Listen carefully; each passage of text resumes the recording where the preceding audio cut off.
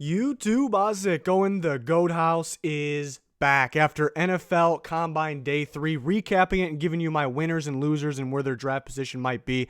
Did this for Day 1, Day 2, and we'll do it for Day 4. We'll have an updated post-Combine mock draft coming up this upcoming week here, so excited for that. Full NFL coverage here. We have 2 channels.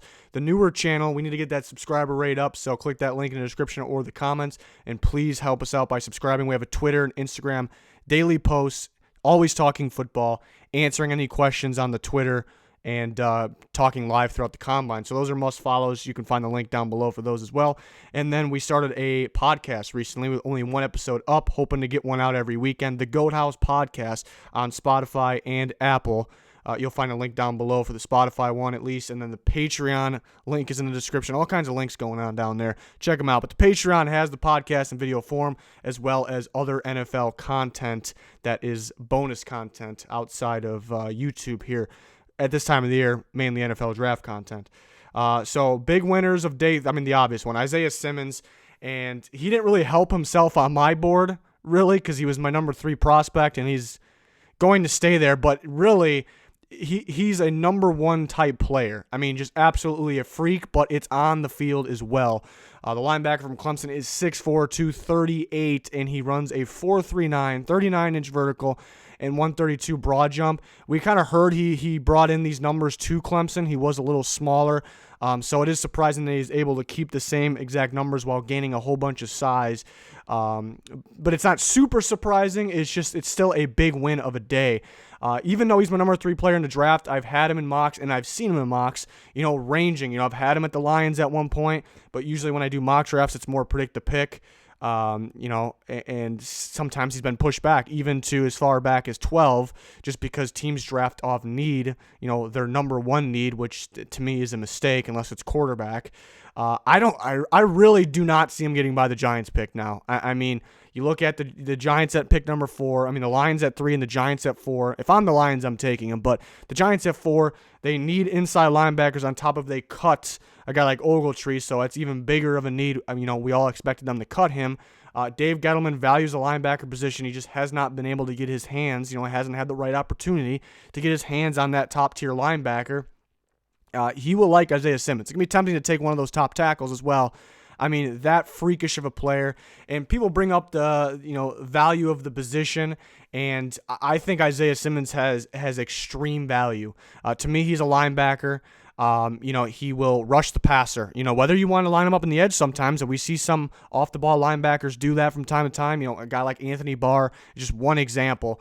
You could do that. You can line him up at a traditional, weak side linebacker spot. He can blitz. Blitzing is key in today's NFL. He can drop back in coverage. And, we know he can play safety, play corner, seen him split out wide. But at linebacker, you get the most out of him. You put him at linebacker, and we see it in the NFL. People act surprised that he goes and lines up, at a slot corner, but to me, he starts at a linebacker position, and we see in the NFL, running back goes motion outside or the tight end, and he will go line up with him. He's still a linebacker. He's just kind of lined up out there. So you get a ton out of him. He's a rare talent. He's worthy of a number 1 overall player in the draft. And, he just got Joe Burrow and Chase Young, guys like that in this ridiculous draft class.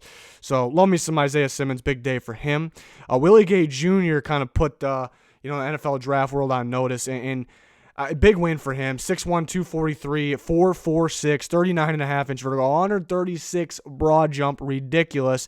And I think he really helped himself, kind of getting that close to late day 3 talk. I think he can go as high as round 3 really, but I don't think he will. I think around round 4. And you see today's linebackers and what they are. They're these types of guys, and they develop them. It's just these guys are just more appealing than maybe even the guys with a little more production that just don't have the speed or the athleticism. And he was great in coverage at Mississippi State, and he actually had some off the field issues, which I think have to do with looking more into it, but I think have to do with in school, academics. So to me, not really a concern when it comes to playing for an NFL team. So that brings me with him having maybe more upside because we didn't get to see the full him. So I think he can go. I think he bumped up his stock. I really did. Very athletic. Another guy that really could be a safety, kind of that poor man's Isaiah Simmons. very poor man's, because Isaiah Simmons is, like I said, number one worthy, really, even though he's not going to go one or he's not number one. But another guy, because he was more of a safety. Colorado called him more of a safety there. 6 foot, 228, kind of a heavy, a little heavier, maybe safety weight. Maybe not by much compared to some other guys, but so could potentially play safety or a linebacker position. Just a freak athlete. Very curious to see who drafts him and where they put him. But yeah, you see the linebacker group changing. You see the more rangy, the more athletic ones are making the most impact as the game's change. So this guy's definitely helped the stock. Yeah, interesting, like I said, because he could play safety. Isaiah Simmons not going to play safety.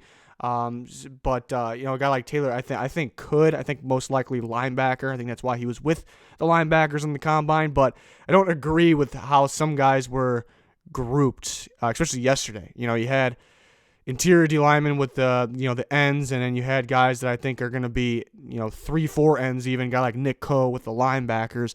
Confusing. So that was weird. But another winner there.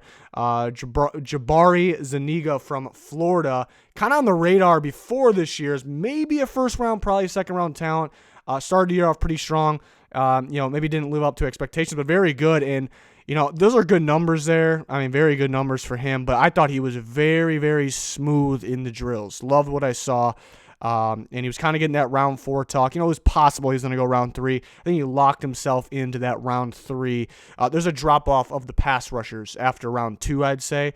And then you have guys like ZUNIGA that people are going to be dying to get because they failed to get their pass rusher that they need in the first 2 rounds. It'll happen just because you can't overdraft off need, or guys just come off the board that fit your system. So teams will be dying to have a guy like this early 3rd round, I think. Very smooth in drills. Alton Robinson was good altogether. Maybe not as smooth in drills as ZUNIGA. Pretty close. I thought he was more athletic, more freakish than I thought he would be. Another guy, look at before the season, looked like this guy could be a first round, maybe a second round talent. Alton Robinson from Syracuse, exactly the same size as ZUNIGA too, which is interesting, and pretty much some similar timing. So I think he's in the same boat. I think as soon as you get off, get through like the day one starters of pass rushers and teams that missed out on getting pass rushers they need, they're going to be dying in the early 3rd round to get guys like this. I think he fits as a 4-3 end, so I would look out for the 4-3 teams. But he showed he has a little more athleticism than maybe some would thought. So impressive day from him. Another pass rusher that I was very impressed with in the drills. Very smooth. And that's Alex Highsmith from Charlotte. Not the best defense over there. Teams were kind of running, up the gut, against Charlotte quite a bit. So the edge rusher didn't really get much of a showing, but was pretty productive when he did. I like him at 3-4 outside linebacker.